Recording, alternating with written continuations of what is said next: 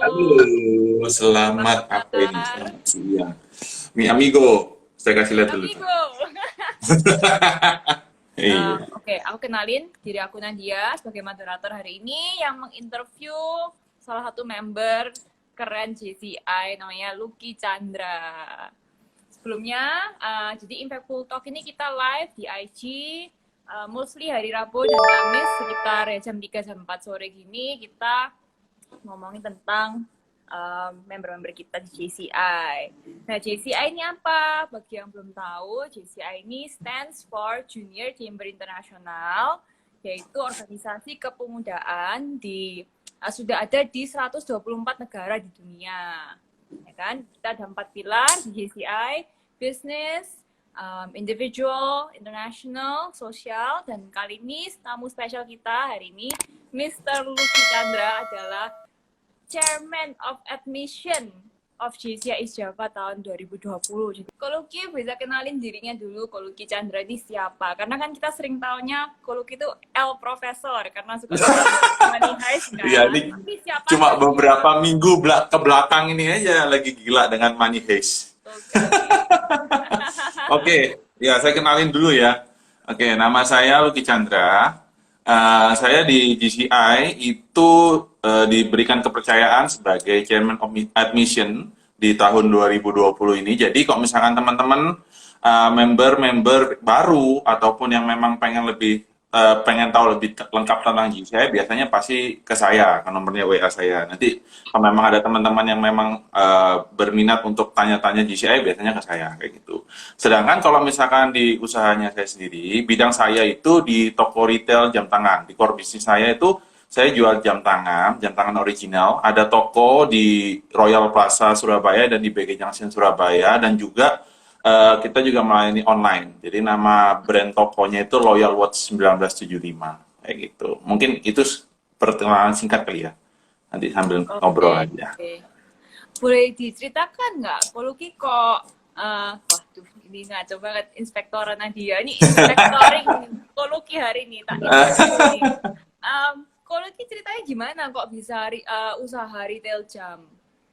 Oke. Jadi sebenarnya usahanya ini saya generasi kedua dari papa saya. Jadi papa saya memang bidangnya itu di jam tangan, cuma lokasinya itu di Kalimantan. Jadi saya sebenarnya asli Kalimantan Utara, dari kota Tarakan namanya gitu. Nah, Mm-mm. setelah saya lulus kuliah di tahun 2013, saya sempat bantuin ke orang tua saya di Tarakan. Jadi saya balik kampung kurang lebih setahun, dan akhirnya memutuskan untuk ekspansi usaha papa saya, dan kebetulan karena sudah lama di Surabaya, otomatis kita ekspansinya ke Surabaya, dan puji Tuhan ternyata selama kurang lebih 5 tahun ini hasilnya juga cukup baik ya, jadi perkembangannya juga cukup baik.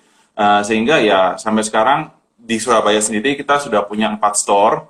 3 store itu ada di Royal Plaza Surabaya, dan yang paling baru kita baru open cabang di BG Junction Surabaya kayak gitu.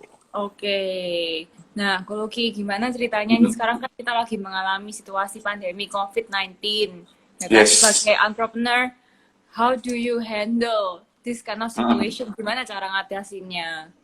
Oke.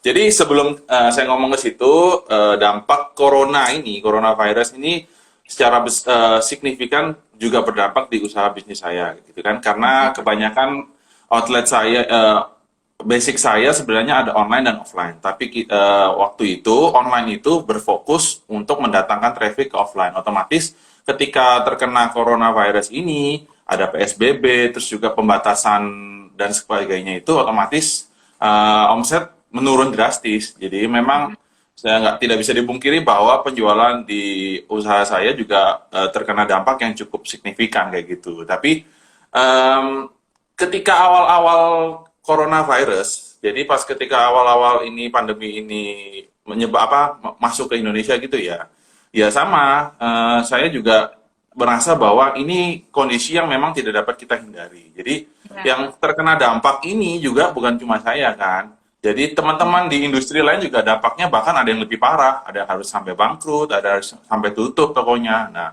otomatis dengan kondisi seperti ini mau nggak mau kita harus pinter-pinternya kita menyiasati situasi kayak gitu. Jadi ketika ada masalah pandemi corona kayak gini, saya waktu itu untuk awal-awal minggu pertama memang kita kaget ya, karena kan nggak siap dengan kondisi seperti ini kan kita nggak siap kayak gitu.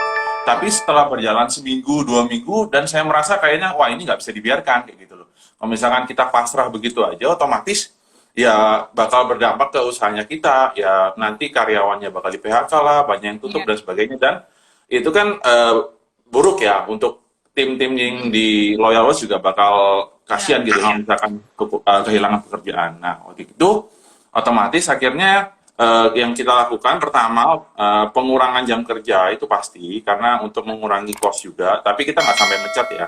Kita tetap ada pengurangan jam kerja, terus kita genjot di online karena ketika pandemi seperti ini otomatis online yang paling bergerak karena kan orang-orang nggak mungkin datang ke toko kan, otomatis Iya. pembelian online juga kita genjot. Terus yang ketiga ini kita harus menyesuaikan dengan kondisi yang dibutuhkan pada saat coronavirus. Jadi ketika bulan-bulan awal bahkan sampai hari ini pun eh, core bisnis saya memang jam tangan, tapi kita tidak menutup kemungkinan untuk menjual barang-barang lain yang memang dibutuhkan di kondisi pandemi ini. Mungkin yang sudah ngikutin saya beberapa bulan mungkin tahu ya, saya sempat jualan masker ya kan, saya sempat jualan termogan, saya sempat jualan APD juga. Jadi kayak memang dengan kondisi seperti ini kita nggak bisa menutup diri untuk idealis, maksudnya harus jualan yang di bisnisnya kita, nggak bisa. Kalau misalkan udah kayak gitu, Iya. ya survival rate-nya kita bakal kecil banget kayak gitu loh. Iya. Kalau misalkan kayak gitu. Nah, kurang lebih kayak gitu ya. Saya sangat salut sih sama Kuluki ini, attitude-nya bener-bener mau fight, terus selalu Iya, iya positif, benar.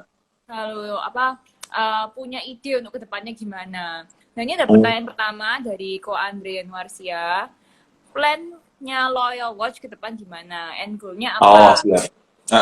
Jadi waktu itu sebenarnya Loyal Watch ini basicnya kita kan mau agak beda dengan yang lain karena kita jual jam tangan original, otomatis kita berharap bahwa traffic online kita bawa ke offline karena penjualan jam tangan apalagi yang original kan orang lebih safe, lebih Ya. tenang apabila datang ke toko langsung, milih langsung, melihat barangnya langsung. Tapi kalau misalkan dengan kondisi kayak gini, dan saya juga merasa bahwa kondisi seperti ini nggak bakal sebentar gitu loh, bakal lama kayaknya. Jadi kita bakal geser sedikit.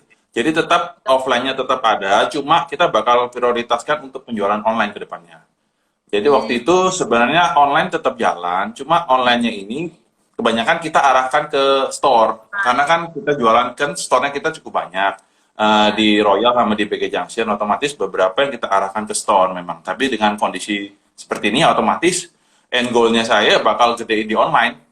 Tidak menutup kemungkinan bahwa offline store juga kita bakal kurangi atau mungkin kita bakal siasati dengan hal-hal yang lain kayak gitu. Kuluki sementara corona ini banyak maksudnya kadang-kadang kalau kita kerja ya pasti kan kita tidak bisa tenang ya, kalau kita kan capek juga kan. Yes, Kerasa yes. sih semenjak corona ini juga makin capek kan karena kita harus work harder. Yes, yes. Dari bawah lagi kan. Mhm. Nah, itu kalau nggak salah Kuluki kan suka nonton ini Money Heist, La Casa de Iya. Papel. Jadi semua orang udah profesor tadi.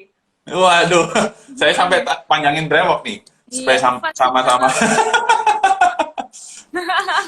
Nah, ini sebenarnya kalau kita nonton film kayak gitu kan, percaya nggak sih kalau kita tuh mau nganggap suatu film hanya hiburan ya cuma jadi hiburan. Yes, yes, Tapi betul. sebenarnya di balik film itu juga ada pelajaran yang kita bisa petik loh. Yes, Mungkin betul.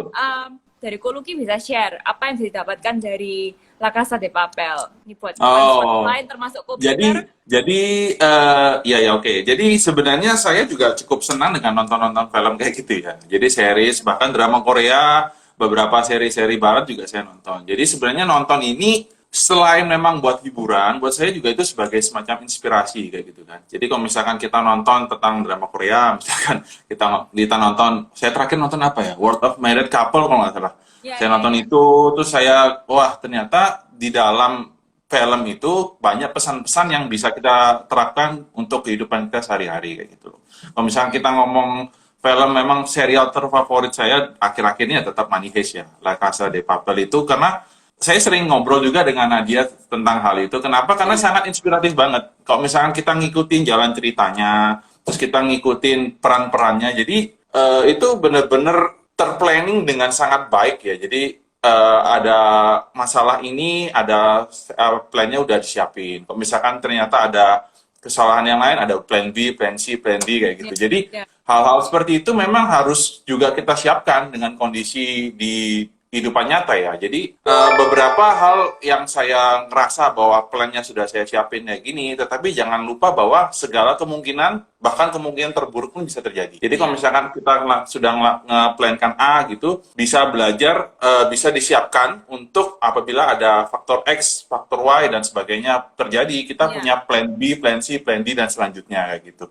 Jadi kalau misalkan kita ngomong di film itu sendiri, saya sebenarnya memang senang nonton film. Ya kenapa? Selain memang hiburan, itu juga bisa buat sebagai inspirasinya kita. Ide-ide dari sana kita bisa gali dan secara tidak langsung bisa kita terapkan di kehidupan atau bahkan di bisnisnya kita kayak gitu. Lucky, gimana tips-tipsnya untuk baca Trendingnya ada di pasar. Oke, jadi kalau misalkan baca trending di pasar, kalau saya sih paling gampang ngelihatnya ya apa yang dilakukan oleh banyak orang ya. Jadi kalau misalkan kita ngomong masalah coronavirus, jadi kalau misalkan pas coronavirus, kenapa waktu itu jualan masker ya? Karena melihat kondisi semuanya pakai masker dan juga kebutuhan masker. Waktu kan saya jual masker kain ya. Masker surgicalnya juga sangat mahal. Waktu itu kita nyari alternatif, kalau misalkan jualin masker kain kayak gitu.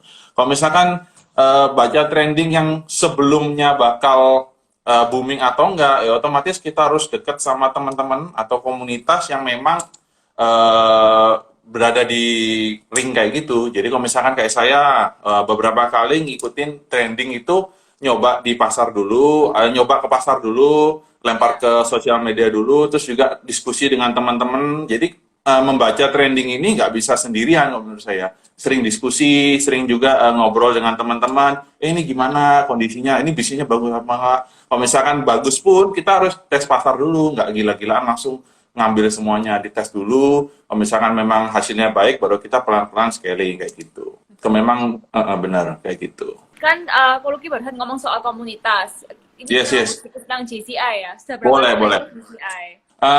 JCI, kalau ngomong JCI, saya joinnya itu baru tahun 2019.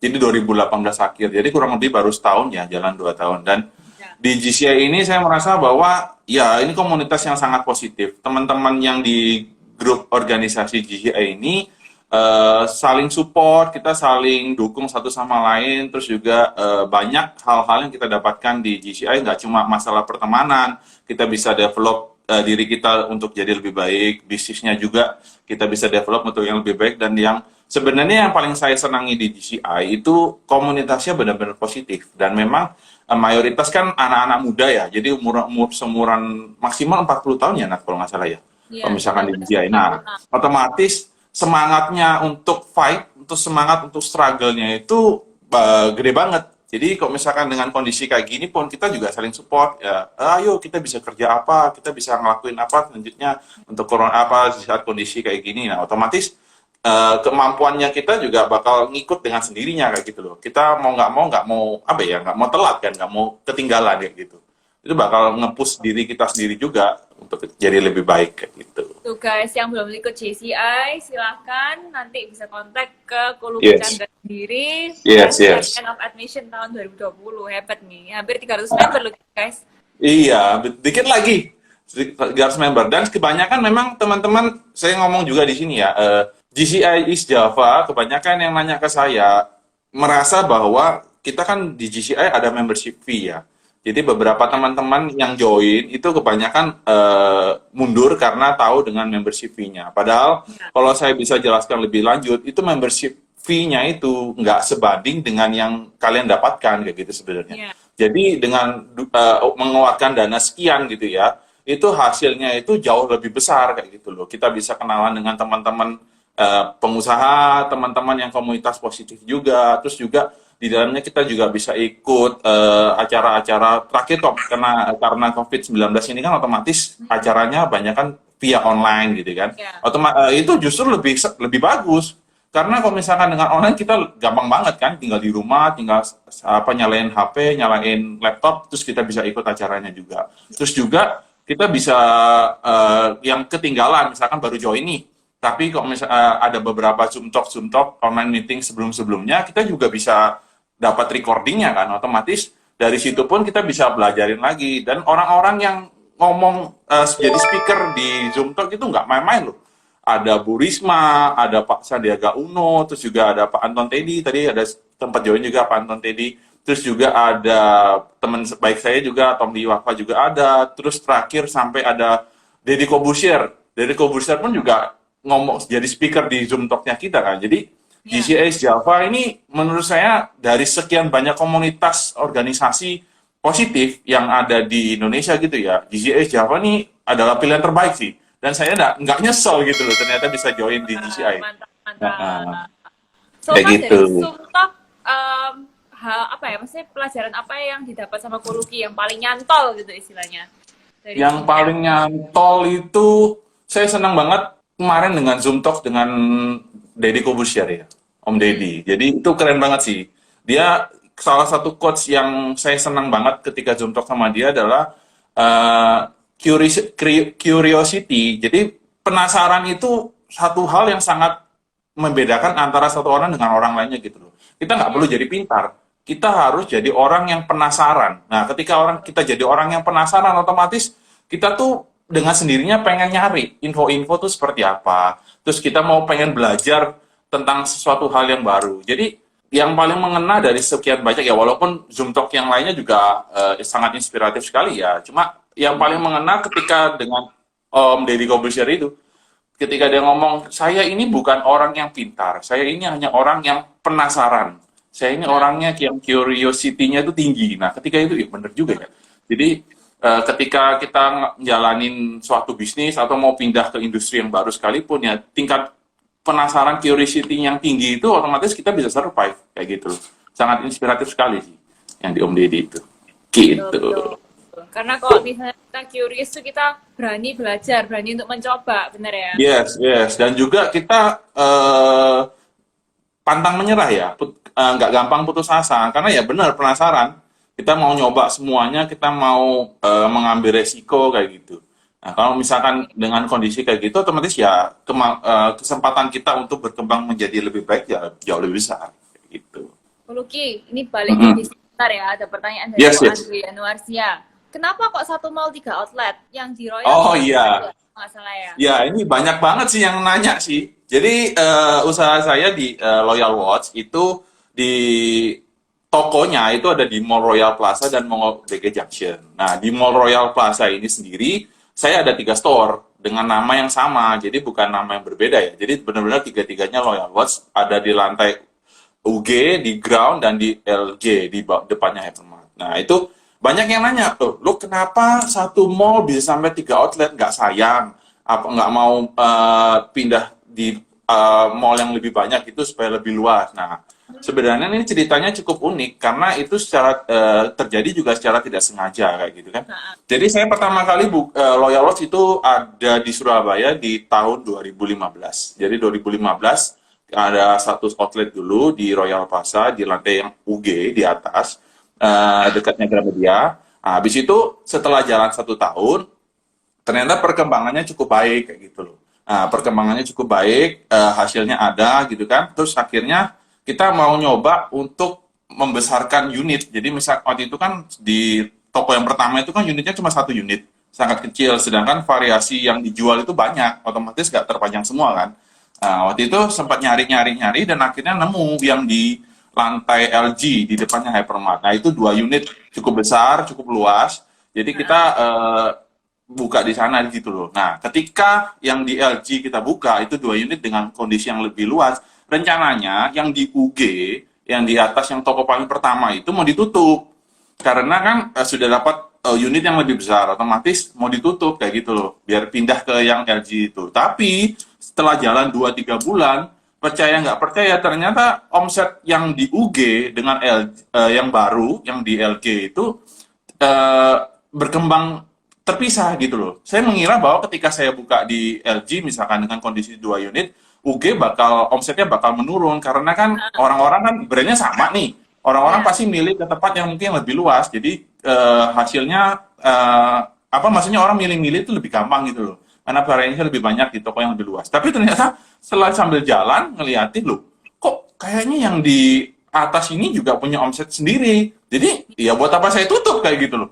Iya. Sedangkan yang di LG sendiri, yang toko yang terbaru yang besar itu nggak terganggu omsetnya, punya omset sendiri, jalan sendiri omsetnya. Ya sudah, akhirnya saya hampir 2 tahun itu buka dengan dua toko yang berbeda, dua toko di satu mall kayak gitu. Nah, yang di ground ada satu lagi yang terakhir yang tiga ini itu sebenarnya nggak sengaja karena saya ngeliat kan di Royal Plaza kurang lebih jalan 3 tahun atau 4 tahun waktu itu dan saya tahu beberapa lokasi yang prime di Royal Plaza. Nah kebetulan yang di ground ini sebelum saya ambil yang toko nomor 3 ini itu punyanya teman baik papa saya sebenarnya kayak gitu. Nah, dia nawarin gitu loh, mau nggak ini di tempatnya Royal Plaza ini lokasinya keren banget nih, di atrium utama, pasti kelihatan sama semua pengunjung kayak gitu. Nah, waktu itu sempat diskusi dan akhirnya berencana begini, yang di ground yang kita ambil, yang lokasi prime itu kita ambil, yang di UG juga kita mau tutup, ya gitu loh. Jadi, karena merasa kayak 2 outlet itu kan udah banyak ya, apalagi 3 ya. Nggak mungkin lagi lah, satu outlet, satu mall 3 outlet itu kayak nggak mungkin kayak gitu loh. Omsetnya bakal saling tabrakan dan akhirnya ya udah rencananya begitu. Kita ambil yang di lokasi prime itu yang di ground yang dekat atrium utama kita ambil ya sama kita 1-2 bulan kita tahan juga maksudnya kita lihat dan ternyata ya percaya nggak percaya masing-masing punya omset sendiri kayak gitu loh. Jadi nggak saling mengganggu ketika nambah dan ternyata toko yang 2 yang lainnya itu ternyata omsetnya juga bertumbuh kayak gitu loh. Ya jadi ya buat apa saya tutup kayak gitu loh. Kan ada hasilnya juga. Toh setelah saya pikir-pikir ternyata ini di segi branding tokonya saya juga orang lebih trust kan. Dengan nama yang sama. Gitu ya? Iya, ada banyak dan nama tokonya sama. Terus orang kalau misalkan mau beli ya di salah satu sama aja kayak gitu loh. Nah, jadi kan ketika orang datang ke toko ke mall, ketika orang mau cari jam tangan ngelihat misalkan ada toko A ini, dia tokonya cuma 1. Sedangkan yang punya di Royal Lodge adanya tokonya 3, terus variasinya juga banyak, terus ya kayak ngerasa orang pasti trust dong dengan kondisi outletnya ada 3 sama outlet 1 ya orang lebih percaya yang banyak kan kayak gitu. Nah otomatis setelah jalan begitu, wah ini ternyata omsetnya masing-masing bertumbuh. Ya sudah, saya biarin aja. Atau memang ada hasilnya kayak gitu. Ngapain ditutup? Kalau misalkan ada hasilnya kan kayak ngapain orang profit kok masihan kayak gitu. Terus kan barusan tahun lalu ya, akhir tahun buka di BG Junction. Itu ya, akhirnya buka di BG Junction. Karena buka di BG Junction juga. Ini dari sekian banyak mall, mungkin teman-teman yang orang Surabaya juga tahu ya, kalau misalkan mall-mall yang saya pilih ini memang kelasnya yang middle ya. Jadi bukan mall-mall kelas mall high class kayak Galaxy Mall dan sebagainya karena memang saya paham target pasarnya saya memang di kalangan seperti itu kayak gitu loh. Otomatis beberapa mall memang bisa dijadikan pilihan untuk buka outlet. Nah, kebetulan yang di BG Junction ini juga cocok dengan target pasarnya saya kan, dengan kelasnya seperti itu dan kebetulan kemarin itu ditawari sama BG Junction sewanya cukup murah kayak gitu. Setelah dihitung-hitung kita kalkulasi angkanya dan ternyata masih masuk, worth to try lah. Maksudnya kita bisa coba nih di BG Junction kayak gitu. Otomatis pas November tahun lalu akhirnya kita buka. Oh begitu ya, hebat sih. Ini aku dari ngomong setengah jam ya sama Koko, aku belajar bahwa kita di situasi seperti ini kita nggak boleh terlalu idealis, kita harus tetap fight, kita harus melihat pasar, trennya apa, kita harus tahu the importance of branding juga. Yes, betul. Terutama kayak kerasa nggak sih kalau misalnya family business atau bisnis yang agak lama, ya itu juga agak ogah untuk mau branding, ya kan? Yes. Mungkin sudah jalan for berapa lama gitu. Sedikit agak reluctant untuk mau branding ya, padahal branding itu penting sekali kayak Koluki penting banget.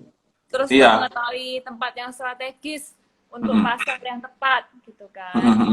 Ya mencari target pasarnya, terus juga itu kita ngomong masalah family business ya. Jadi saya dengan orang tua saya itu papa saya juga sempat slack, maksudnya dalam arti kita sempat banyak tidak ada kecocokan ya, maksudnya saya pengennya kayak gini tapi menurut papa saya maunya kayak gini ya, karena kan memang kondisinya dari papa saya yang memang sudah berpuluh-puluh tahun di bisnis ini, otomatis pengalamannya dia kan beda gitu kan dengan saya yang masih minim pengalaman kayak gitu loh. Tapi ya kita cari jalan tengahnya aja, bagus saya kayak gimana. Sempat beberapa kali ya berdebat tentang pendapat mau diapain, tapi ya ujung-ujungnya kan tujuannya kita sama nih, pengen berkembang menjadi yang lebih baik. Otomatis ya jalan-jalan yang kita tempuh ya mungkin kita bisa arahkan supaya ketemu lah Maksudnya supaya dapat jalan tengahnya seperti apa dan akhirnya ya kita bisa sampai ke tujuan yang kita mau kayak gitu loh. Betul. Dan dilihat Gitu. resultnya ya, actionnya kita Yes, yes, yes. keluarkan dengan Jadi result yang kita mau. pada Sama aja. dasarnya ketika kita pada dasarnya kita kalau misalkan jalanin family business, orang tua apalagi generasi-generasi sebelumnya ya, memang punya cara-cara yang berbeda sih. Tapi buat saya sih itu wajar. Jadi tetap fokusnya itu sama goalsnya. Goalsnya kita mau gimana. Nah, kalau misalkan sudah goalsnya udah satu visi, udah satu tujuan yang sama, otomatis eh, jalurnya yang kita mau pilih itu ya kita bisa sesuaikan kayak gitu loh. Gak Ya, perlu gak perlu mengikuti jalur, apalagi misalkan kita ngomong dengan generasi-generasi sebelumnya ya kan, teknologi nggak berkembang seperti canggih sekarang kan otomatis. iya, betul. Pengalaman-pengalaman yang itu kita bisa serap, kita bisa ambil untuk kita terapkan dengan kondisi seperti sekarang. Jadi saya sedikit banyak juga tetap diskusi dengan orang tua, maksudnya dengan papa. Kalau misalkan kita mau beli inilah, mau ngapain ini, tetap minta pendapat. Karena pengalaman mereka itu nggak pernah bohong kayak gitu loh. Mereka udah jalanin lama, kita masih baru, kita cuma tahu teknologi yang sekarang. Nah, dengan pengalamannya dari generasi-generasi sebelumnya ya, otomatis hasilnya bakal lebih maksimal kan, kayak gitu. Ya, itu teman-teman didengerin kalau ada yang family business mungkin bisa Mm-mm. nanti kontak Lucky untuk minta tips and tricks to handle how to apa ya menyampaikan kemauan kita ke orang tua karena kan Iya, kita juga iya. yang terbaik untuk Betul, perusahaannya. betul. Nah, kau ini kan Betul. fokus ke ngomong tentang komunitas kan. Kita balik ke Yes, JCI yes. nih. Apa suka dukanya selama ikut JCI? Suka dukanya selama GCI ya. Banyak sukanya dibanding dukanya sih. Dukanya itu kalau bisa saya bilang mungkin pada saat awal-awal join kali ya. Karena Nah, awal-awal join kan kenalnya cuma sedikit. ya, Teman-teman juga yang kenal nggak banyak gitu. Otomatis agak sedikit minder sih sebenarnya. Apalagi ngelihat member-membernya ternyata wah orang-orang hebat semua kayak gitu.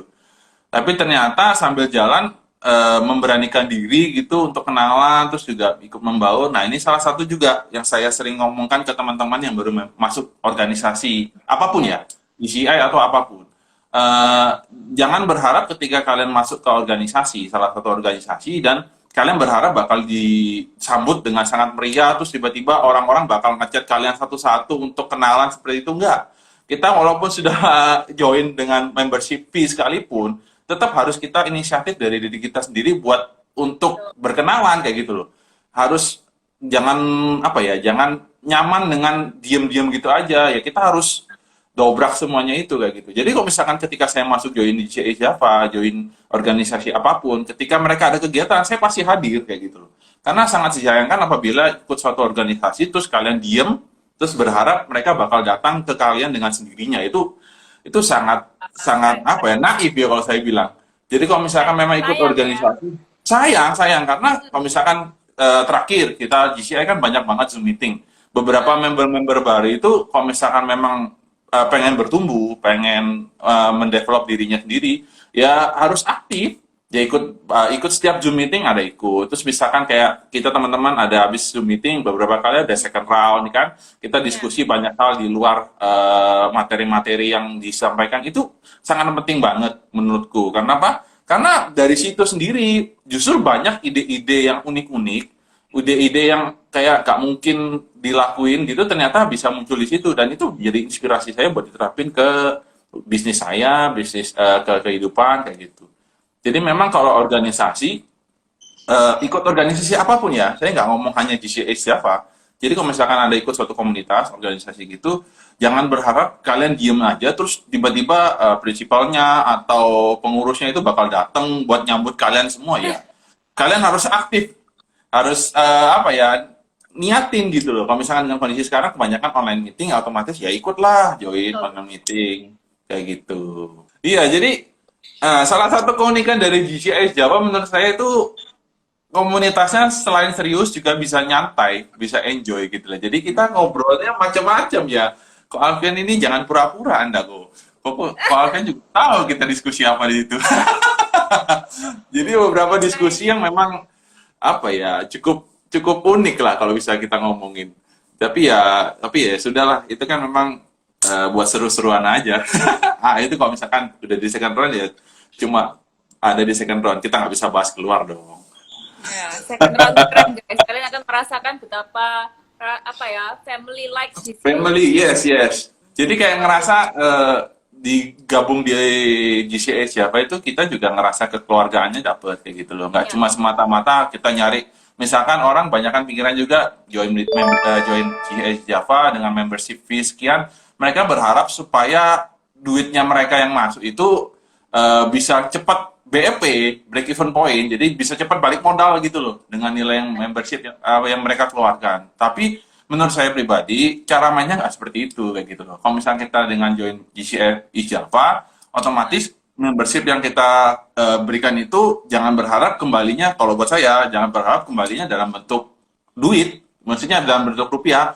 Ada hal yang jauh lebih besar daripada hal itu semua. Kita bisa kenalan lebih banyak dengan teman-teman sevibrasi yang positif. Kita juga bisa dapat ide-ide yang menurut saya pribadi, kalau misalkan saya cuma mikir di rumah sendiri di kantor, mungkin ide-ide seperti itu tuh gak bakal saya dapetin kayak gitu. Ada beberapa tips-tips dari teman-teman yang sharing yang udah ngejalanin duluan. Jadi ketika misalkan kita diskusi, kita sharing, kita tahu oh ternyata teman ini udah pernah ngelakuin ini nih. Oh ternyata hasilnya seperti ini. Nah jadi kita nggak perlu jatuh ke lubang yang sama lagi kan otomatis. Jadi kita bisa belajar untuk ngelakuin hal yang lain yang lebih bermanfaat kayak gitu. Tuh guys, jadi teman-teman tuh sangat penting, komunitas tuh penting karena kita ada yang namanya law of average kan. Kemarin aku juga sempat bahas sama Ko Kelvin di Gila sebelumnya. Show me your friends and I'll show you your future. Yes. Nah itu betul banget tuh.